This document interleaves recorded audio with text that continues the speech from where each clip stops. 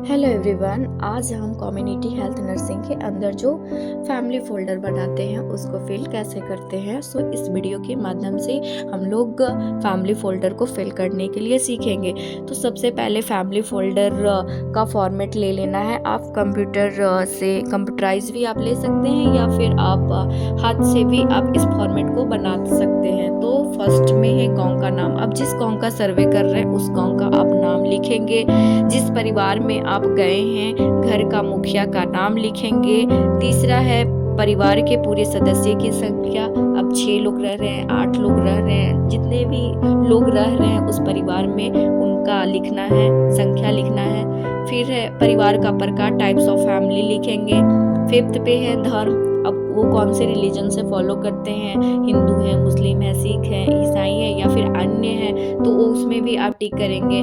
6 में है जाति। अब वो कौन से कैटेगरी से बिलोंग करते हैं, ओबीसी है, जनरल है, जो भी रहेंगे वो उसमें आप फिल कर लेंगे। 7th में अगर कोई अनुसूचित जाति है या फिर अनुसूचित जनजाति है या फिर पिछड़ा वर्ग है तो उसमें आप टिक करेंगे। सेकंड है परिवार के सदस्यों का विवरण। अब इसमें अब जितने भी परिवार में के सदस्य थे सीरियली करके आपको लिख लेना है। परिवार के सदस्यों का नाम लिखना है।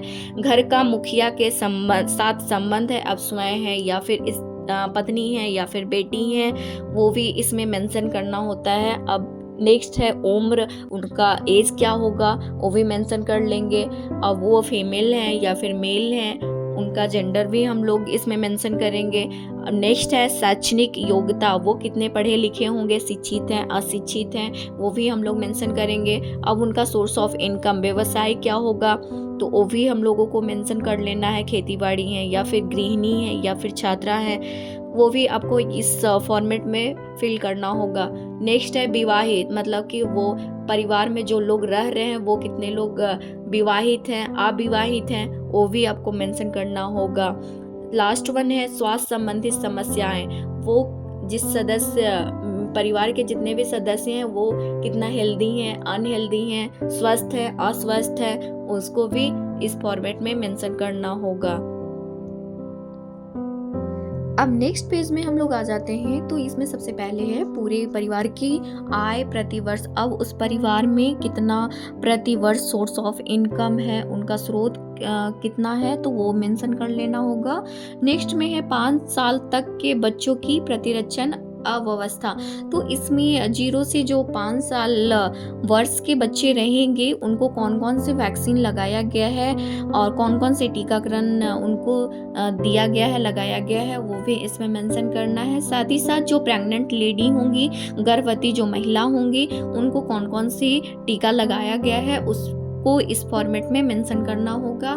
नेक्स्ट है कोई जोड़ा जिसकी पत्नी 15 से 45 वर्ष की उम्र बीच आती है, तो उसको भी अगर 15 से 45 वर्ष के उम्र के बीच आती है तो हाँ है तो हाँ लिखेंगे, नहीं है तो नहीं लिखेंगे।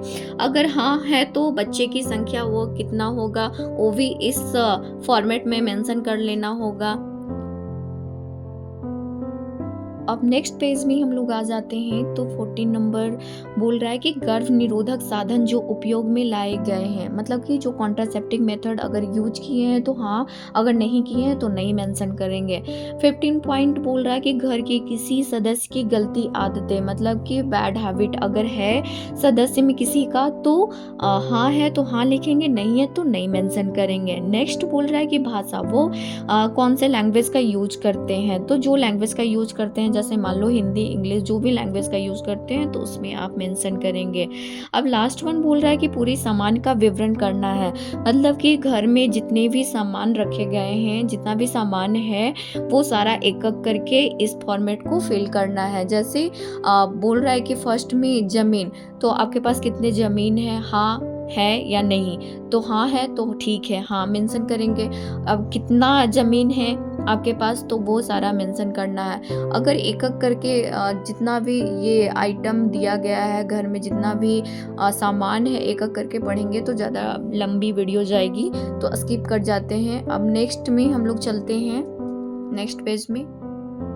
तो सबसे पहले 37 में हम लोग देख रहे हैं सीरियली में कि मलमूत्र का निपटारा करना। तो जो भी वेस्ट मटेरियल हैं वो आप खुले में फेंक रहे हैं या फिर डंपिंग गड्ढा करके उसको दबा दे रहे हैं या फिर जला दे रहे हैं। तो जो भी मेथड आप यूज कर रहे हैं उसको आपको मेंशन करना है। 13 में है कि गौशाला, जहाँ पे पशु रहता है उसको गौशाला बोलते हैं। तो घर के अंदर है या फिर घर के बाहर है, तो अगर घर के अंदर रहेगा तो घर के अंदर मेंशन कीजिएगा, अगर घर के बाहर रहेगा तो घर के बाहर मेंशन करना है। अब नेक्स्ट 39 में है कि मच्छर मक्खी या है या नहीं। तो अगर आसपास में अगर मच्छर का जमाव है, वहाँ पे ज़्यादा पनप रहे हैं, तो मेंशन आपको हाँ है तो ठीक है हाँ करना है, नहीं है तो नहीं करना है। नेक्स्ट पॉइंट बोल रहा है कि पागल कुत्ता या फिर बिल्ली, अगर आसपास में पागल कुत्ता है या फिर बिल्ली है तो वो भी आपको मेंशन करना है, अगर नहीं है तो नहीं है, अगर हाँ है तो मेंशन करना होगा। खाली समय में काम, अगर जो भी खाली समय में आप जो भी काम कर रहे हैं उसको आपको मेंशन करना है। जैसे फॉर एग्जांपल मैं दे दूं, आप खाली समय में पढ़ाई कर रहे हैं या फिर आप सफाई कर रहे हैं या फिर आप सिलाई कर रहे हैं, जो भी आप काम कर रहे हैं उसको आपको मेंशन करना होगा। अब नेक्स्ट पॉइंट बोल रहा है 42 में कि घर के सदस्यों की खान पान और कुपोषण की व्याख्या, मतलब कि घर में के जो भी सदस्य हैं उनका खान पान कैसा होगा, अच्छा है या फिर कुपोषित हैं, उनको खान पान सही प्रॉपर मिल नहीं पा रहा है, जो भी है उनको मेंशन करना होगा। नेक्स्ट है 1 साल के अंदर किसी की मृत्यु, अगर किसी का 1 साल के अंदर आपके घर के सदस्य में मृत्यु हुई है, तो अगर हुई है तो हाँ लिखना है और उनका नाम लिखना है और वो कितने एज के थे वो भी मेंशन करना है, उम्र क्या था और मृत्यु का कारण, वो किस कारण से उनका मृत्यु हुई है, तो भी इस फॉर्मेट में मेंशन करना होगा। अब नेक्स्ट है 44 में कि 1 साल के अंदर किसी का जन्म हुआ है या फिर नहीं, अगर हाँ हुआ है तो हाँ लिखेंगे, अगर नहीं हुई है तो नहीं लिखेंगे। नेक्स्ट पॉइंट बोल रहा है 45 में कि गर्भवती महिला की संख्या, अगर आपके घर के सदस्यों में कोई जो प्रेग्नेंट लेडी है तो वो कितना, एक महिला प्रेग्नेंट है या फिर 2 महिला प्रेग्नेंट है, वो संख्या आपको मेंशन करना है, अगर हाँ है तो हाँ लिखेंगे, अगर नहीं है तो नहीं लिखेंगे। नेक्स्ट पॉइंट 46 में बोल रहा है कि दूध पिलाने वाली माँ की संख्या, अब जो लैक्टेटिंग वुमेन है वो भी इसमें मेंशन करना है कि कितने जो लैक्टेटिंग वुमेन है वो बच्चे अपने बच्चे को दूध पिला रही हैं, अगर पिला रही हैं तो उसमें मेंशन करना होगा हाँ, अगर नहीं पिला रही है तो नहीं मेंशन करना होगा। नेक्स्ट पॉइंट 47 में बोल रहा है कि 60 साल के ऊपर व्यक्ति, अगर 60 साल के ऊपर व्यक्ति हैं आपके घर में तो हाँ, अगर नहीं है तो नहीं। फिर नेक्स्ट बोल रहा है कि 1 साल से छोटा बच्चा, अब 1 साल का छोटा बच्चा है हाँ तो हाँ लिखेंगे, अगर नहीं है तो नहीं लिखेंगे। 1 से 5 साल तक के बच्चों की संख्या, अगर है तो हाँ लिखना है, नहीं है तो नहीं लिखना है। नेक्स्ट बोल रहा है कि 15 से 45 साल तक के उम्र की औरत की संख्या, वो भी मेंशन करना है। नेक्स्ट बोल रहा है परिवार के किसी प्रकार की बीमारी, अब कोई भी आपके परिवार में किसी को अगर कोई भी बीमारी से पीड़ित है, किस प्रकार का बीमारी है उसको भी मेंशन करना है।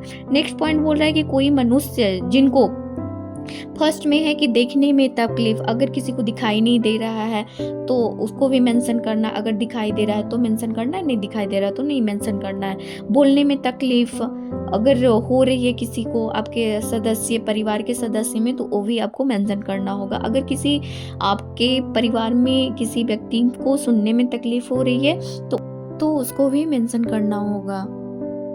नेक्स्ट पेज में हम लोग आ जाते हैं, तो इसमें 53 में बोल रहा है फर्स्ट पॉइंट कि मानसिक कमजोर, मतलब कि जो मेंटली अनहेल्दी है उसको भी मेंशन करना होगा। 54 में है चलने बैठने खड़ा रहने में तकलीफ, अगर आपके परिवार के किसी भी व्यक्ति को चलने में, बोलने में, खड़ा रहने में अगर तकलीफ है तो उसको भी आपको मेंशन करना होगा, अगर हाँ है तो हाँ, अगर नहीं है तो नहीं।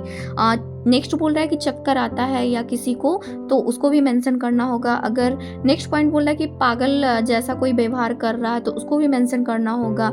नेक्स्ट बोल रहा है कि पक्षाघात, पैरालिसिस किसी को मारा है आपके परिवार के सदस्य में, तो उसको भी आपको मेंशन करना होगा। अब नेक्स्ट बोल रहा है कि शारीरिक विकलांग, मतलब कि अगर कोई किसी को चलने में दिक्कत है या फिर देखने में दिक्कत है या फिर किसी का पैर नहीं है, हाथ नहीं है, तो उसको भी मेंशन आपको करना होगा। फिर नेक्स्ट वो बोल रहा है कि दाँत में कोई अगर तकलीफ़ है किसी सदस्य को तो उसको भी मेंशन करना होगा, और किस सदस्य को दिक्कत है और कौन-कौन से मेडिसिन ले रहे हैं वो भी मेंशन करना होगा। नेक्स्ट बोल रहा है कि स्वास्थ्य को लेकर के कोई परेशानी है आपके सदस्य में, तो हाँ है तो हाँ लिखेंगे, नहीं है तो नहीं लिखेंगे। 61 में है शिक्षा, शिक्षित है तो शिक्षित लिखेंगे, अशिक्षित है तो अशिक्षित लिखेंगे। अब लास्ट वन बेरोजगारी, अगर है तो लिखेंगे हाँ, अगर नहीं है तो नहीं लिखेंगे। अब लास्ट में हम लोग मेंशन करेंगे हेल्थ एजुकेशन, कैसे लोगों को जागरूक किए स्वास्थ्य शिक्षा के माध्यम से, उसको भी मेंशन कर लेना है। और लास्ट वन है कंक्लूजन, अब इसका निष्कर्ष क्या क्या निकला वो भी आपको मेंशन करना होगा। अगर हमारी वीडियो अच्छी लगी हो तो लाइक करें, शेयर करें, सब्सक्राइब करें।